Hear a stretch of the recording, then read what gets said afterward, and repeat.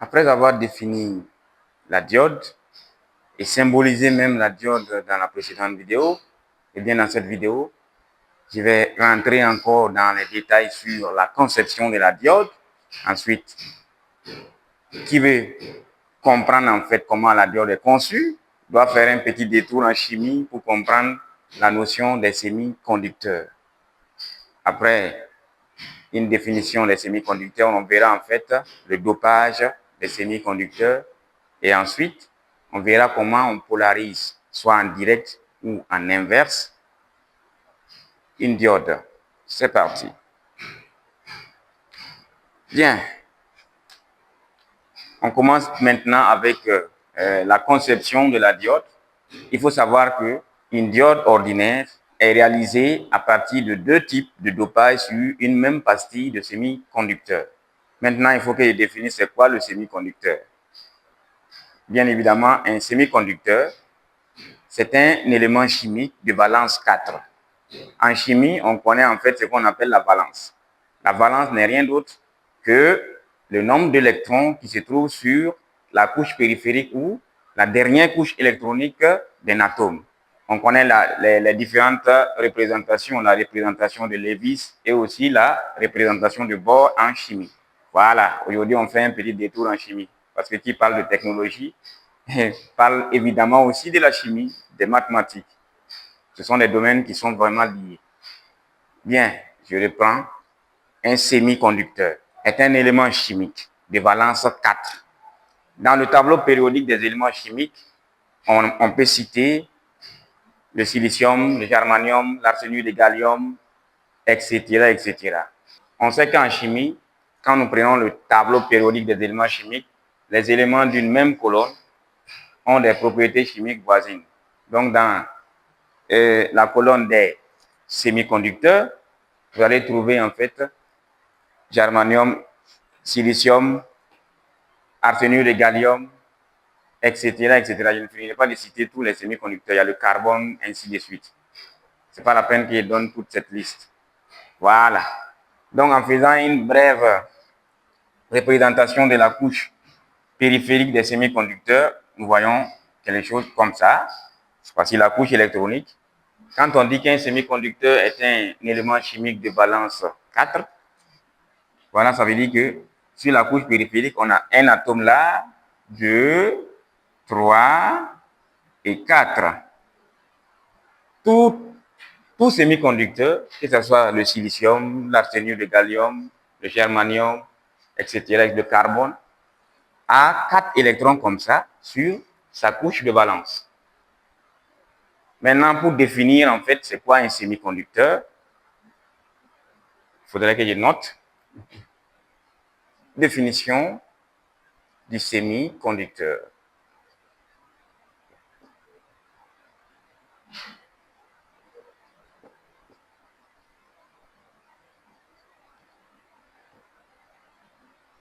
OK. J'ai bien dit qu'un semi-conducteur, c'est un élément chimique de valence 4. Voilà. 4 électrons sur sa couche périphérique ou sa dernière couche électronique. Bien. Maintenant, j'avais dit au début que la diode, c'est en fait deux types de dopage qu'on a réalisé sur un semi-conducteur. C'est-à-dire un dopage de type P et un dopage de type N. OK. Quand on parle du dopage d'un semi-conducteur, le dopage, en fait, c'est l'ajout d'une impureté à la structure électronique, en fait, du semi-conducteur. OK. Maintenant, vous voyez là, cet atome a 4 électrons sur sa couche de valence.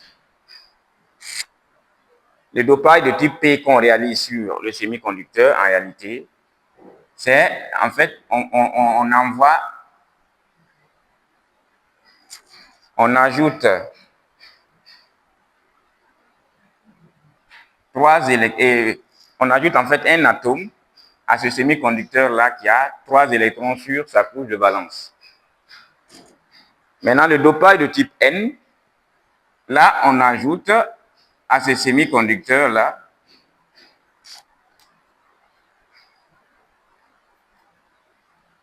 un élément chimique qui a, au lieu de 3 électrons, a jusqu'à 5 électrons sur sa couche périphérique ou encore sa couche de valence. Voyez là, 1, 2, 3, 4 et 5. Ça, c'est le dopage de type P réalisé. Ici, on a le dopage de type N. Ici, au milieu, c'est le semi-conducteur. Donc, le dopage, c'est ça. L'ajout, en fait, d'un élément chimique de valence 3 et aussi d'un élément chimique de valence 4. Et qu'est-ce qui se passe dans le fonctionnement de la diode? Comme la diode est conçue au travers de cette jonction PN, qui est la réalisation de deux types de dopage sur une même pastille de semi-conducteur, une fois qu'on met sous tension une diode qui est branchée entre les bornes d'une source, que ce soit des tensions alternatives ou peu importe, il y aura en fait un déplacement de trous et d'électrons. Au niveau du dopage de type P, cet atome-là qui a 3 électrons sur sa couche de valence, en réalité, cherchera à prendre un électron du semi-conducteur. Après ceci, qu'est-ce qui se passe? Lorsque ce semi-conducteur perd un électron, le dopage de type N, lui, cet élément chimique-là, comme il a jusqu'à 5 électrons sur sa couche de valence, est prêt alors à céder un de ces électrons-là, qui va venir maintenant remplacer, qui va venir boucher ce trou qui sera créé. Parce que si le semi-conducteur perd un électron, ça va créer en fait un trou, un vide. Et alors, ce que nous voyons là, le dopage de type N, cet élément chimique-là, qui va libérer aussi un électron, cet électron-là va se déplacer pour venir boucher le trou créé. C'est ce déplacement en fait d'électrons et de trous qui explique en fait le principe de fonctionnement de la diode. Bien, maintenant voyons comment en fait on polarise une jonction PN. J'avais défini au début de la vidéo que la jonction PN, c'est la réalisation de deux types de dopage sur une même pastille de semi-conducteur. Je viens maintenant de montrer comment le déplacement des trous et des électrons s'effectue au sein de la jonction. Maintenant, on va essayer de représenter, de symboliser ce fonctionnement-là au travers d'un schéma électrique avec un générateur de tension continue ou peu importe, même si c'est une source alternative, et aussi la jonction. Mais avant, en fait, de faire cette représentation schématique, comme j'ai parlé de la définition du semi-conducteur, je reprends cette définition avant d'aller maintenant faire le schéma. Le semi-conducteur, c'est tout élément chimique de valence 4, ou encore, si je vais aller en profondeur dans cette définition, un semi-conducteur, c'est un élément chimique dont la conductibilité, c'est-à-dire le fait qu'il s'oppose ou accepte le passage du courant, voilà, conductibilité dépend en fait de la température. À faible température ou à basse température, le semi-conducteur se comporte comme un isolant. Maintenant, à haute température, tout semi-conducteur se comporte comme un conducteur. D'où, en fait, la définition de d'où le terme semi-conducteur. Je connais, il y a des gens qui veulent colporter. Une fois qu'ils voient semi-conducteur, ils vont penser que non, ça conduit à moitié. Non, non, non, non. Un semi-conducteur, ce n'est pas un élément chimique ou bien un corps qui conduit à moitié le courant. Non, il faut bannir ça. C'est un faux ami, hein, ce terme-là, semi-conducteur. Ça ne conduit pas à moitié. Sa conductibilité dépend de la température. À basse température, le semi-conducteur se comporte comme un isolant.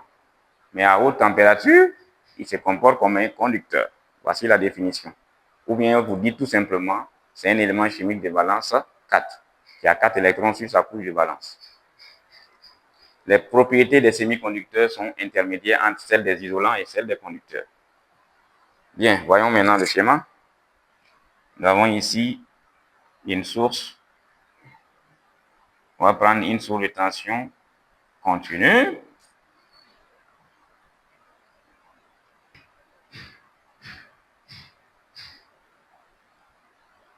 Voilà. Donc maintenant, on a une jonction PN ici, comme je l'ai dit, qui n'est rien d'autre que la réalisation de deux types de dopage sur une même pastille de semi-conducteur. Voilà. Maintenant, branché aux bornes d'un générateur, ici c'est un générateur de tension contenue. Ça, nous sommes ici à la polarisation. Voilà.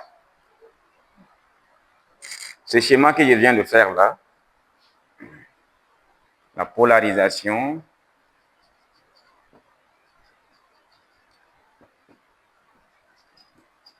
de la jonction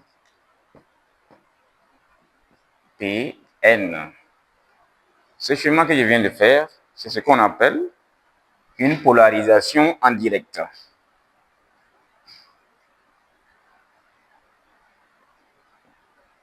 Parce qu'il y a deux types de polarisation. Il y a la polarisation en direct et la polarisation en inverse. Et qu'est-ce qui se passe ici? Une fois que le générateur, on connecte en fait les deux bornes de la jonction au niveau du générateur, ici, la jonction P, la partie P de la jonction PN, on l'a reliée directement où? À la borne positive du générateur. La partie N, c'est-à-dire le dopage de type N, on l'a relié où? À la borne négative du générateur. Ça veut dire qu'à la mise sous tension, comme la borne positive du générateur est reliée à la borne positive, au dopage de type P qui symbolise en fait la partie positive de la jonction, et le dopage de type N relié à la borne négative du générateur, ça c'est en fait la partie négative. La borne positive du générateur émettant des charges positives fera quoi? Va repousser en fait les porteurs de charges positives qui sont ici, représentés par la jonction P. La borne négative également à son tour fera quoi? Va aussi repousser les porteurs de charges négatives de la jonction N. Les porteurs de charges repoussés de part et d'autre des bornes du générateur s'attirent maintenant vers la jonction et provoquent en fait le passage du courant au sein de la jonction. Voici comment en fait on réalise une polarisation en direct. La polarisation en direct se réalise en mettant en contact la jonction P à la borne positive d'un générateur et la jonction N à la borne négative. Et le générateur repousse à partir de sa borne positive les porteurs de charge positive et à partir de sa borne négative aussi les porteurs de charge négative. C'est ça qu'on appelle la polarisation en direct. Voyons maintenant alors la polarisation en inverse. La polarisation en inverse.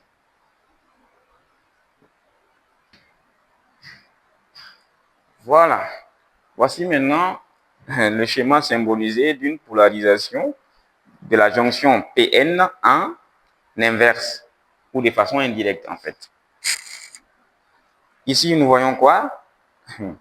La borne positive du générateur